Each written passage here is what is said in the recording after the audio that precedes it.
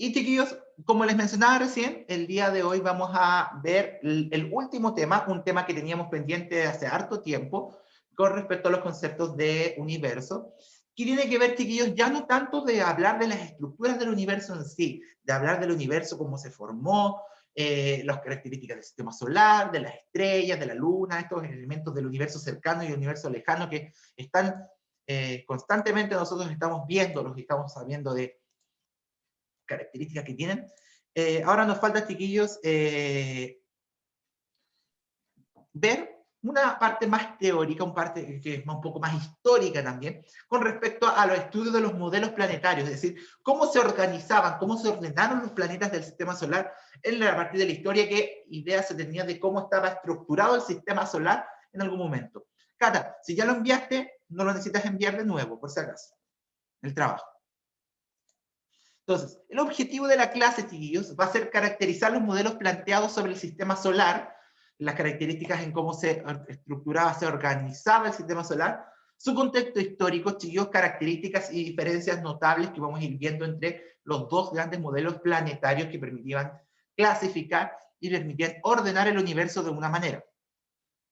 Y vamos a analizar brevemente, chiquillos, una característica propia del universo, que es la gravedad, la gravitación, a través de una ley que explica también el movimiento de los planetas a partir de la ley de gravitación universal de Newton, un concepto que esta ley un poco se desprende, por así decirlo, de la ley de Newton. Es una de las últimas cosas que hizo Newton antes de su muerte. Ya luego de comprender el comportamiento de los cuerpos en la Tierra, empezó a trabajar con los cuerpos del universo y empezaba a hacer teorías y leyes que permitieron explicar cómo se comportan, cómo se atraen gravitacionalmente los cuerpos del sistema solar.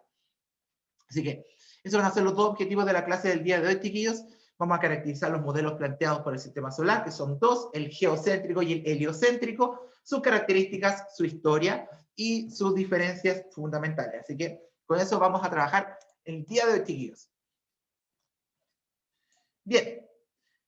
Si bien nosotros sabemos, chiquillos, que nosotros sabemos y nosotros hemos muchas veces estudiado y hemos tenido claro que nuestro universo, nuestro sistema solar en específico, tiene el Sol al medio y los planetas orbitando alrededor de él, en órbitas elípticas, no circulares, con un tiempo de rotación y traslación determinados según características propias de su traslación o características propias del mismo planeta.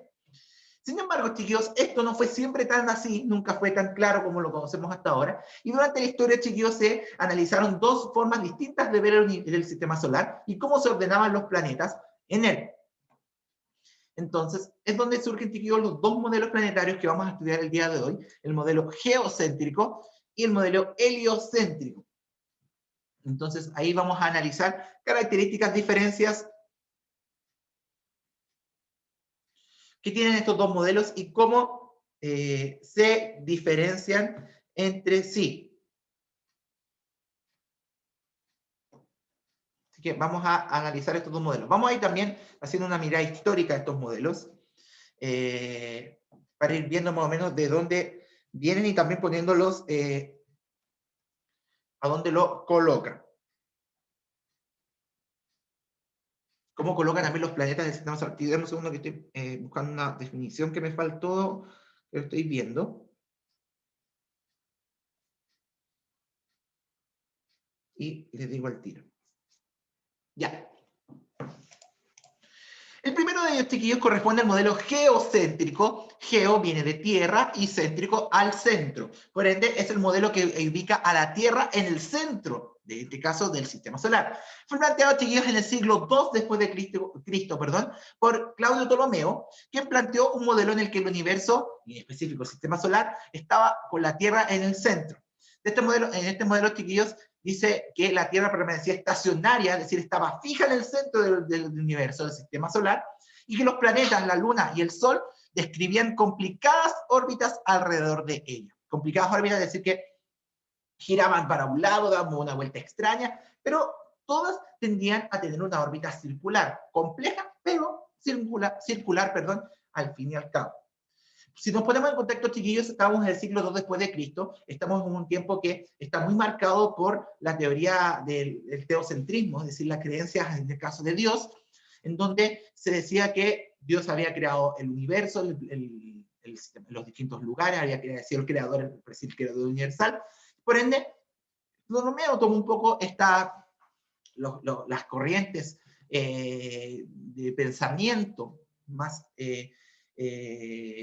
ligadas al lado de la creencia de Dios, y colocó a la Tierra en el centro, donde la Tierra, por así decirlo, fue un lugar donde Dios, en este caso, creó todo lo que rodea al universo. Es decir, la Tierra en el centro del universo, del sistema solar, como si la Tierra fuese el Sol, como dice la Labrita, y que la Tierra era el lugar donde estaba el Creador, donde el Creador generaba todos los elementos del sistema solar, del universo. Así que es una característica que diferencia mucho al modelo que nosotros conocemos actualmente. Por esta creencia, por esta gran creencia a Dios que había en el siglo II después de Cristo, Ptolomeo tomó esto diciendo que la Tierra era el centro, el centro perfecto, el que estaba estacionario, que estaba ahí, donde el creador había creado, la redundancia, todos los elementos del sistema que estaban rodeando.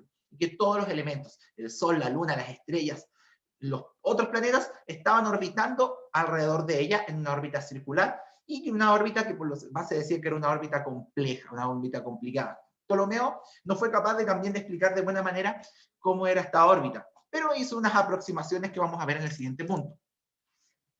Son dos las grandes características, chiquillos, que el modelo geocéntrico plantea con respecto a la ubicación y el orden de los planetas. Dice, los planetas, el Sol y la Luna, y las estrellas se mueven en órbitas circulares perfectas, y su velocidad es perfectamente uniforme. ¿Qué quiere decir esto?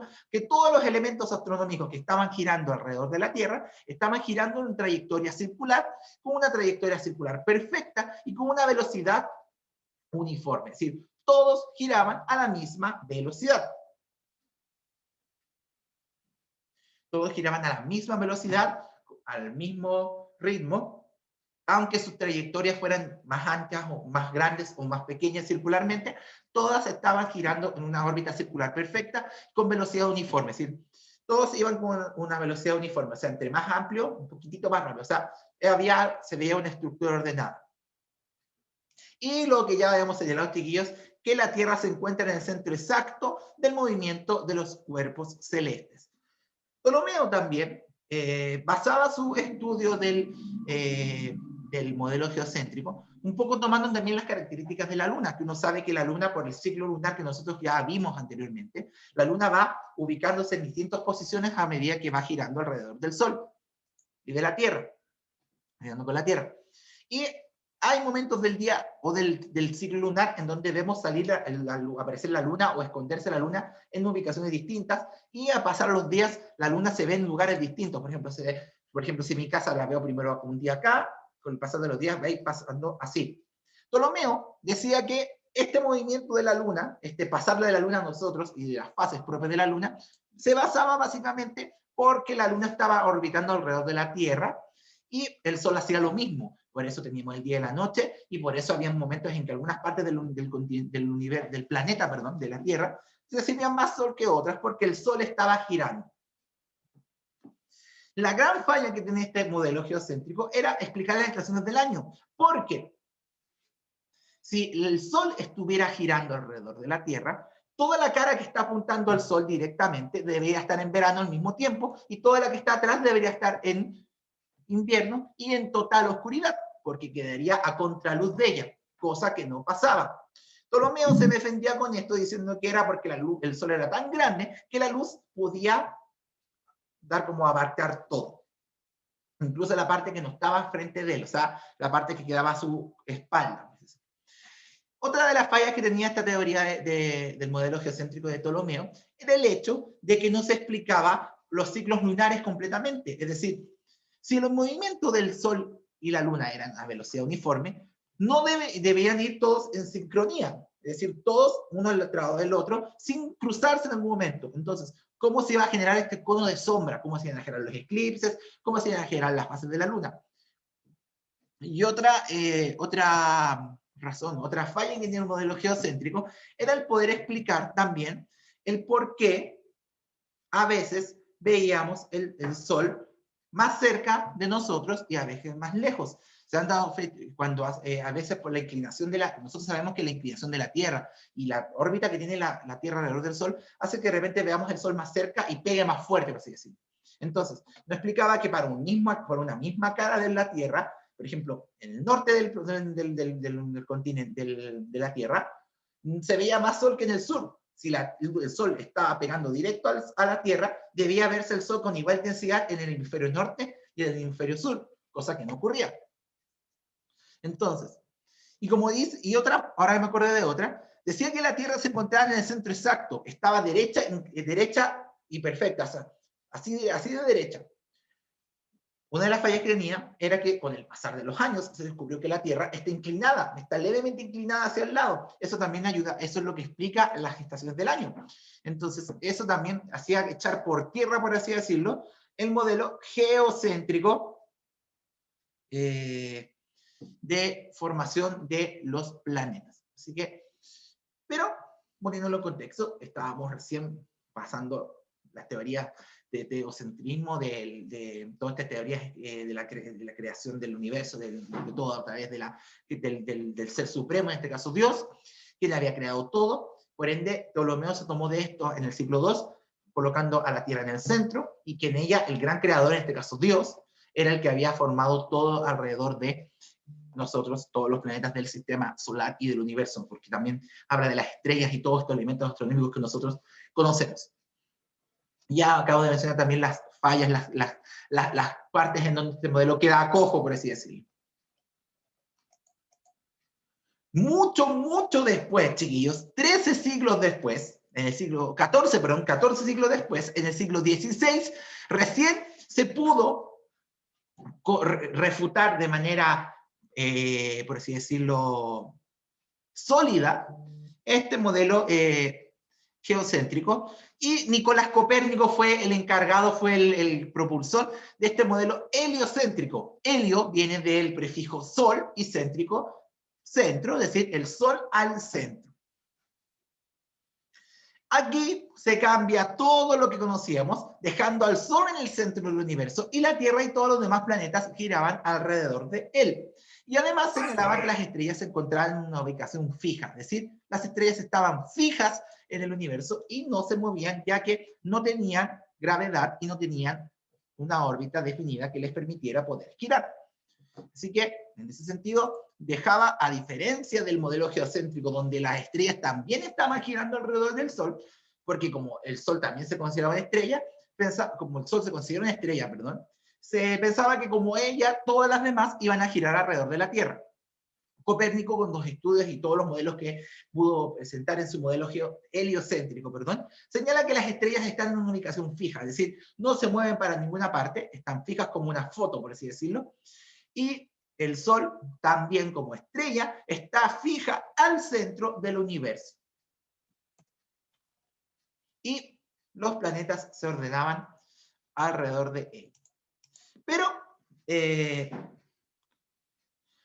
aquí el modelo heliocéntrico plantea algunas diferencias que también marcaba un cambio con respecto al modelo geocéntrico. Lo primero es que el universo y la Tierra son esféricos. La forma del universo y de la Tierra son todas una esfera. No perfecta, pero esfera al fin y al cabo. El movimiento de los cuerpos celestes es regular, circular y perpetuo o compuesto por movimientos circulares. Es decir, que todos los planetas del sistema solar y los cuerpos celestes que estaban orbitando alrededor de estos planetas estaban girando en órbitas circulares, con movimiento circular. Ahí quiero aclarar, es con movimiento circular. Pero Copérnico señalaba que este movimiento circular era un movimiento elipsoidal o elíptico, es decir, que la trayectoria de los planetas alrededor del Sol no describía trayectorias circulares, sino trayectorias elípticas. Como la elipse es un tipo de circunferencia, la trayectoria, el movimiento que genera, también se puede clasificar como movimiento circunferencial, movimiento circular. Es un movimiento circular regular, es decir, siempre va a ser esta trayectoria en forma de elipse, y perpetuo, o sea, por siempre lo va a hacer. Y asigna, chiquillos, además este modelo heliocéntrico, cosa que no hacía otra de las grandes falencias, ahora me acordé que tenía también el modelo geocéntrico, que no le ponía orden a los planetas, solo decía que estaban orbitando alrededor de la Tierra, pero no los colocaba en un orden establecido. Solamente decía que el Sol estaba relativamente cerca y la Luna tenía su propia órbita también. Copérnico fue el primero en plantear los órdenes que se conocen actualmente de los planetas y el alejamiento que tienen del Sol. Pero fíjense, ¿qué planetas faltan ahí?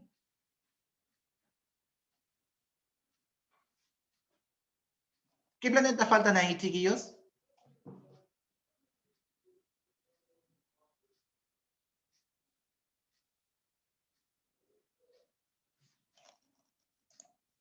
Urano, Neptuno y Plutón, ¿cierto?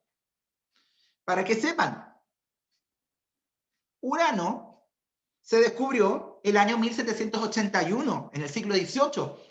Neptuno se descubrió en el siglo XIX y Plutón en el siglo XX. Copérnico es del siglo XVI, es decir, Urano, Neptuno y Plutón todavía no los conocía Copérnico, por eso no los colocaba en este mapa. Yo no corté el mapa a propósito. Esta es una imagen que encontré por ahí que muestra cómo Copérnico había ordenado los planetas. Y si se fijan, Urano, Neptuno y Plutón no están en este mapa, en esta imagen, perdón, en esta estructura, en este orden de los planetas que Copérnico señaló, porque Copérnico todavía no conocía los planetas de esos tres planetas del sistema solar, estos tres últimos, porque Urano, Neptuno y Plutón se conocieron en los siglos XVIII, XIX y XX respectivamente. Se conocieron después de que ya el modelo fue planteado y que Copérnico lo había señalado. Pero la observación astronómica le dio la razón a Copérnico y simplemente se agregaron estos tres últimos planetas al final del esquema del modelo heliocéntrico, dejando Urano, Neptuno y Plutón en orden de lejanía. Urano más cerca de Saturno y así Neptuno y Plutón. Con la observación astronómica se fue comprobando que efectivamente ese era el orden que tenían los tres últimos planetas del sistema solar que no eran incluidos en el modelo de Copérnico. No porque, y vuelvo a recalcar, no porque Copérnico no quería agregarlos, sino porque hasta ese entonces Urano, Neptuno y Plutón no se conocían como planetas del sistema solar, no se habían descubierto como planetas del sistema solar. Por ende, cuando se descubren, cuando ya se sabe de su existencia y su distancia respecto al resto de los planetas y a nuestro propio planeta, se colocaron, se agregaron los tres últimos planetas, dejando los 9 planetas que conocemos hasta el día de hoy. Yo pensé que se iban a dar cuenta, chiquillos, que faltaban esos 3 últimos planetas ahí. Yo pensé, y de hecho decía, van a creer que me quedó la imagen muy grande y la quise cortar. No, chiquillos, si se dan cuenta, el modelo de Copérnico solamente llegaba hasta Saturno, porque hasta ese entonces solamente en el año siglo XVI, estamos hablando ya del 1500, estamos hablando ya que, como se dice, estamos hablando del tiempo en que todavía no se había conocido más que estos 6 primeros planetas, Mercurio, Venus, Tierra, Marte, Júpiter y Saturno. De hecho, si se fijan, en esta estructura no está el cinturón de asteroides que divide a Marte de Júpiter. Tampoco se había descubierto ese cinturón de asteroides. El cinturón de asteroides, tío, también es uno de los descubrimientos más actuales, entre comillas, de el sistema solar. Voy a buscar porque siempre se me olvida. ¿Cuándo se descubre el cinturón de asteroides? Se descubrió, chiquillos, en el año 1801, siglo XIX, o sea, a principios del siglo XIX, recién se descubre, es decir, casi al mismo tiempo que se descubre el Neptuno, se conoció el cinturón de asteroides. Es decir, tampoco Copérnico tenía cómo saber que estaba ahí, por ende tampoco lo coloca en su mapa, en su estructura, en su modelo heliocéntrico. Pero chiquillos, si se dan cuenta, las diferencias son notorias entre estos dos modelos geocéntricos y heliocéntricos. De partida, la más notoria de todas, la más percibible, la que más uno se puede dar cuenta, por así decirlo, es la ubicación del Sol y la Tierra y los diferentes cuerpos. La otra diferencia es la trayectoria que seguía el geocéntrico en una órbita circular y el heliocéntrico en una órbita elíptica. La trayectoria, el tiempo de trayectoria también, el orden de los planetas también era distinto entre los dos modelos, y también el tema de las estrellas, incluido el Sol. El modelo heliocéntrico señala que las estrellas están fijas en el sistema solar, incluido el Sol, mientras que en el modelo geocéntrico de Ptolomeo, las estrellas, Sol incluido, estaban orbitando, girando alrededor del Sol, de la Tierra. Otra cosa, chiquillos, es que el modelo geocéntrico no le daba forma a la Tierra y al universo. Y aquí el modelo heliocéntrico sí lo da, diciendo que tienden a ser de forma esférica, por la gravedad, por lo que explicábamos nosotros de que las fuerzas de gravedad hacen que todo se haga como bolita, lo que explicábamos de por qué los planetas son, y casi todos los elementos astronómicos del sistema solar tienden a ser esféricos, es por la gran gravedad que está atrayendo a los diferentes cuerpos, a los elementos y a los cuerpos entre sí. ¿Y quién fue que explicó esta gravitación, esta gravedad que se puede percibir entre los diferentes cuerpos celestes y los diferentes planetas del sistema solar? Son los argumentos y ¿cómo se me dicen? Los planteamientos, perdón, esa era la palabra que quería ocupar, que nos señala la ley de gravitación universal de Sir Isaac Newton. Nuestro padre de la física mecánica vuelve a escena, por así decirlo, para plantear, chiquillos, una teoría que amplía un poco lo que ya había planteado en la Tierra con respecto a la gravedad. Newton ya había explicado las tres leyes de Newton, ya había explicado la famosa fuerza es igual a masa por aceleración, ya había explicado algunas de las fuerzas más importantes, todo lo que hayamos visto ya lo había explicado. Y Newton, en su característica como todo científico de esa época de curiosidad, empezó a pensar, ¿y qué pasaba con lo que estaba fuera de nuestro planeta? Es decir, los planetas, las estrellas, el Sol, la Luna, todos los elementos que están en constante contacto, entre comillas, en constante interacción, ¿qué pasaba con ellos? Se atraían, se repelían, se podían acercar, ¿por qué los meteoritos caían a la Tierra? ¿Qué los hacía llegar hacia nosotros? Todo eso, chiquillos, lo planteó en la ley de gravitación universal de Newton. Y como les decía antes, chiquillos, fue una de las últimas cosas que hizo Newton antes de su muerte, así que es uno de los últimos aportes que pudo generar. Esta ley, chiquillos, formulada por Newton, que recibe el nombre de ley de gravitación universal, señala que hay una fuerza de atracción que experimentan dos cuerpos dotados de masa en el sistema solar. Es decir, dos cuerpos con masa, da lo mismo qué masa posean, se van a atraer gravitacionalmente cuando están en una órbita cercana o no tan cercana. Como lo que pasa con los imanes o con las cargas eléctricas. Newton también había hecho este paralelo con la ley de Coulomb, que es la ley de fuerza electroestática, que es la fuerza de atracción o repulsión de las cargas eléctricas, es decir, los polos opuestos se repelen, o los polos opuestos se atraen, perdón, y polos opuestos se repelen.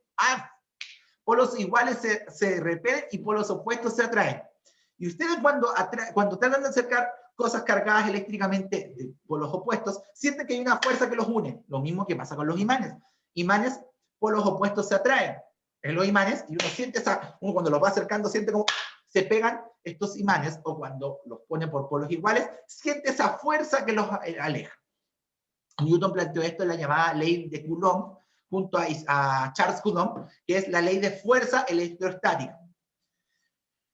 Esta ley tiene su paralelo en la ley de gravitación de Newton, porque se dice que la gravedad hace un efecto similar a lo que hacen los imanes y las cargas eléctricas cuando dos cuerpos de distinta masa se acercan. Por la gravedad que existe naturalmente en todos los cuerpos que poseen masa, por la segunda ley de Newton, dos cuerpos que se acercan mucho, por gravedad se van a tender a atraer de una manera. Esta atracción gravitacional, chiquillos, va a ser directamente proporcional a sus masas, es decir, entre más masa posean los cuerpos que se están acercando gravitacionalmente, más fuerza van a tener para atraerse, y inversamente proporcional al cuadrado de la distancia. ¿Qué quiere decir esto? Que, lógico, si uno aleja un imán, menos se atrae si estamos con los polos opuestos. Entre más lejos estén los dos imanes, menos se atraen entre sí, pero entre más cerca, más se atraen y la fuerza es aún más grande. Por eso se dice que es al cuadrado. Entonces, tenemos esta imagen. Supongamos que los cuerpos azul y verde que están en la imagen, chiquillos, son dos planetas o son un asteroide y un planeta, por ejemplo. Estos se van a atraer entre sí, sus masas se van a atraer entre sí, y va a haber una distancia entre ellos. Por ejemplo, podemos decir, la mesa que está abajo de mí es un cuerpo, un planeta, y mi botella es otra. Si yo me acerco más a la mesa, yo siento como que hay un peso que no me está empujando hacia la mesa y va a terminar finalmente soltarla hasta que se peguen y se atraigan entre sí. Además, las masas, o sea, un cuerpo de mayor masa se va a atraer mejor, se va a pegar mejor, por así decirlo, a el otro por atracción gravitacional. Tomás, recuerda que esta clase se va a subir al YouTube, así que puedes volver a revisarla después. Y va a estar también el link de la PPT para que lo puedas volver a revisar. Entonces, Newton señaló que los planetas, los cuerpos celestes, entre sí se atraen gravitacionalmente con una multiplicación de sus masas dividido la distancia que los separa al cuadrado. Como está dividiendo, mayor distancia va a ser menor fuerza. Y como toda fuerza, se va a medir en Newton. Y aquí aparece una G grande, chiquillos, una G grande, que no es la misma G que nosotros ocupamos de la aceleración de gravedad. Esta G, chiquillos, que está aquí, se llama constante de gravitación universal. Es un número fijo que cuando nos toque ejercitar con él, ahora no vamos a hacer ejercitación en la prueba ni nada, es un valor constante que está presente en todas las atracciones gravitacionales del universo. Pero ¿qué debemos saber por ahora, chiquillos? ¿Qué es lo importante que debemos saber por ahora? Dos cuerpos en el universo, en el sistema solar, se atraen gravitacionalmente, o sea, la gravedad los atrae, siempre por esta ley de gravitación universal. ¿De qué va a depender cuán fuerte sea la atracción gravitacional entre estos dos? Es decir, qué tan fuerte va a ser la atracción que van a tener entre ellos. Va a depender de la masa de cada cuerpo. Entre más masa tengan estos cuerpos, más se van a atraer, porque va a haber más gravedad, va a haber más fuerza, peso, por ende, y la distancia que los separa. Y siempre tomen como comparación a esto de la distancia los imanes. Entre más cerca estén los imanes, más se atraen. La distancia, si es más corta, la atracción es más fuerte. Si se alejan los imanes, la atracción es menor. Y de repente se siente esa atracción. Lo mismo ocurre con los planetas. Si los planetas están muy cerca entre sí, la atracción gravitacional es mayor y si se alejan es menor.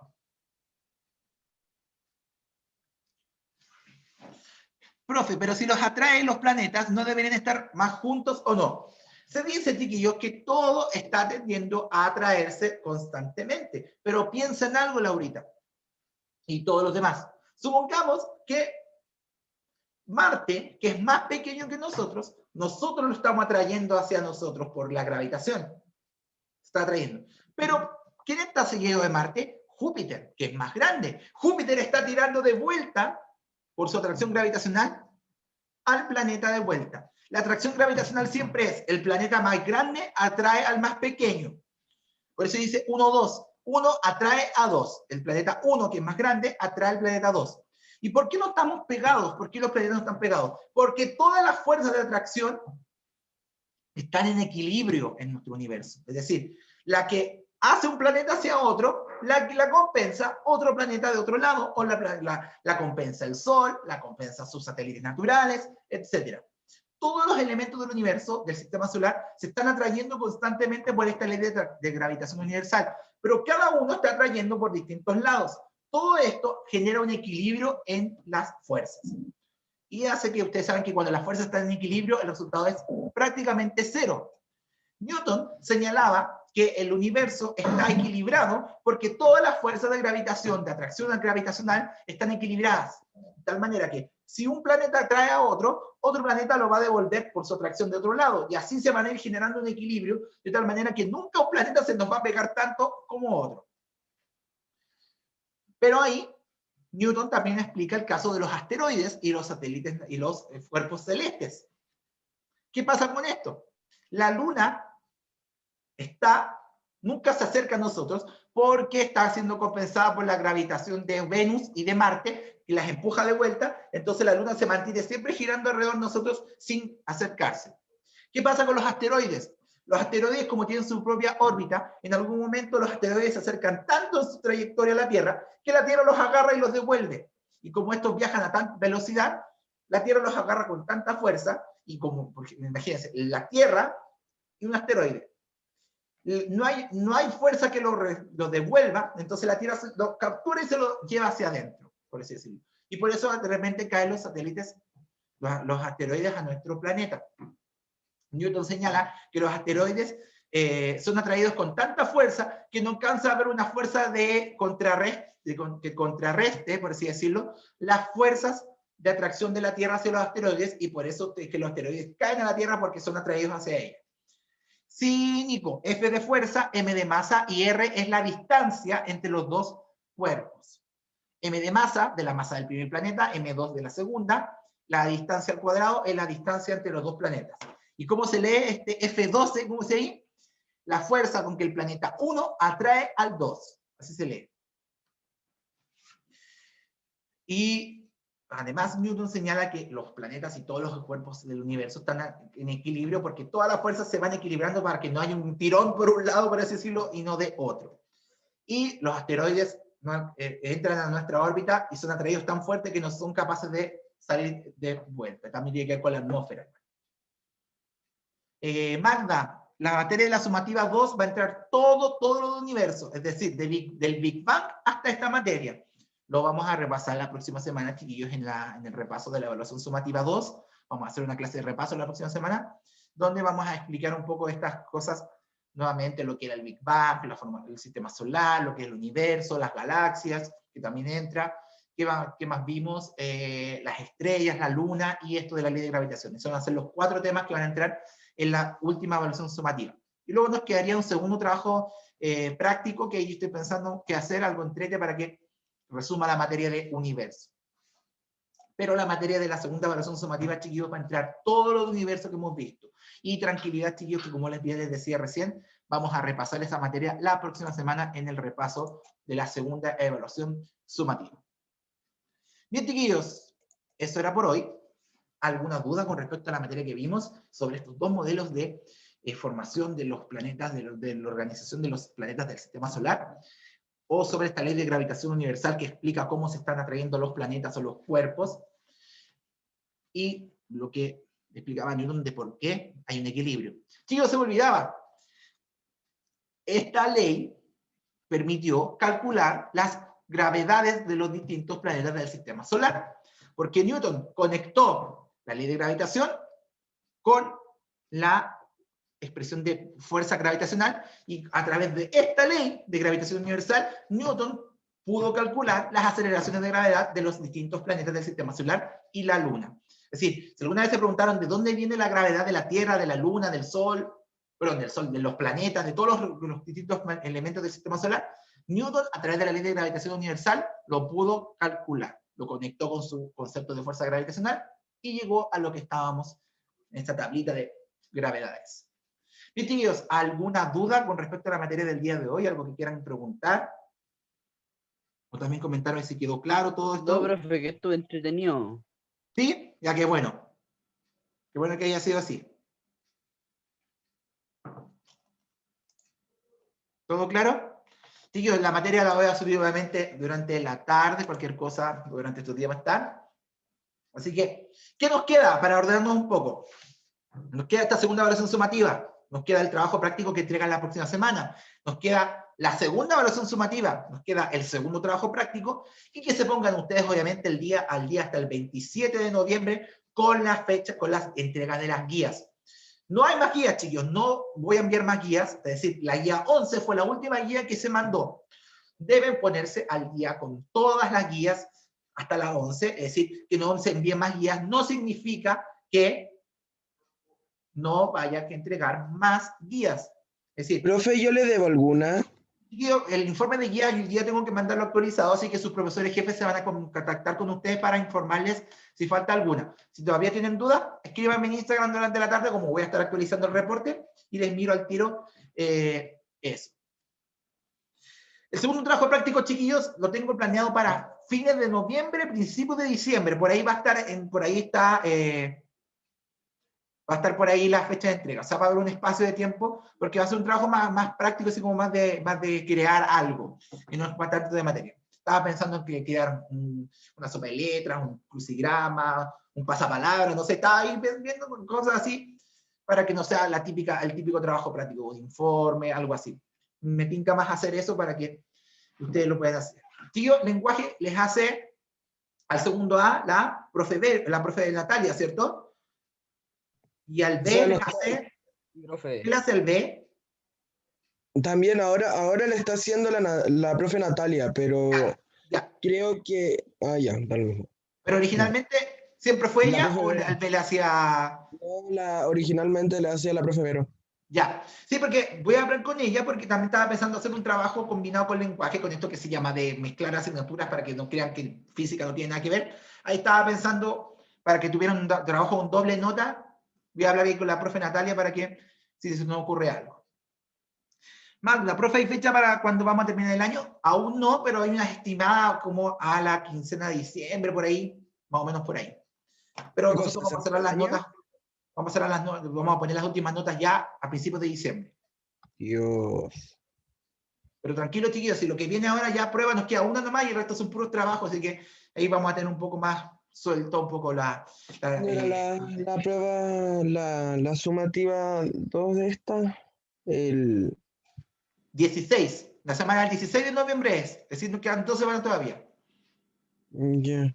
Y las notas de esta primera que hicieron la semana pasada les van a llegar entre mañana o pasado mañana, porque tenemos que mandar los informes y todo eso. Así que tranquilidad, no se impacienten, sí, estamos todos, la profe Nicole, la profe Paula, estamos todos ahí trabajando a full con nuestras respectivas pruebas en nuestro pedacito de la prueba sumativa que estuvieron haciendo. Así que eso, chiquillos, si no hay más dudas con respecto a todo lo que corresponde a la clase y también a la materia, dejamos la clase hasta aquí, esperando que estén todos súper bien, tengan buena tarde, cuídense del calor porque hoy día hay 30, se pronostican 30 grados, así que se van a estar ahí dando una vuelta por ahí, cuídense del sol, no quiero que queden quemados de la mascarilla para arriba nomás, así que tengan cuidado con eso, chicos, porque ya estamos acercándonos al verano, que ustedes saben que odio el verano, pero nada que hacerle.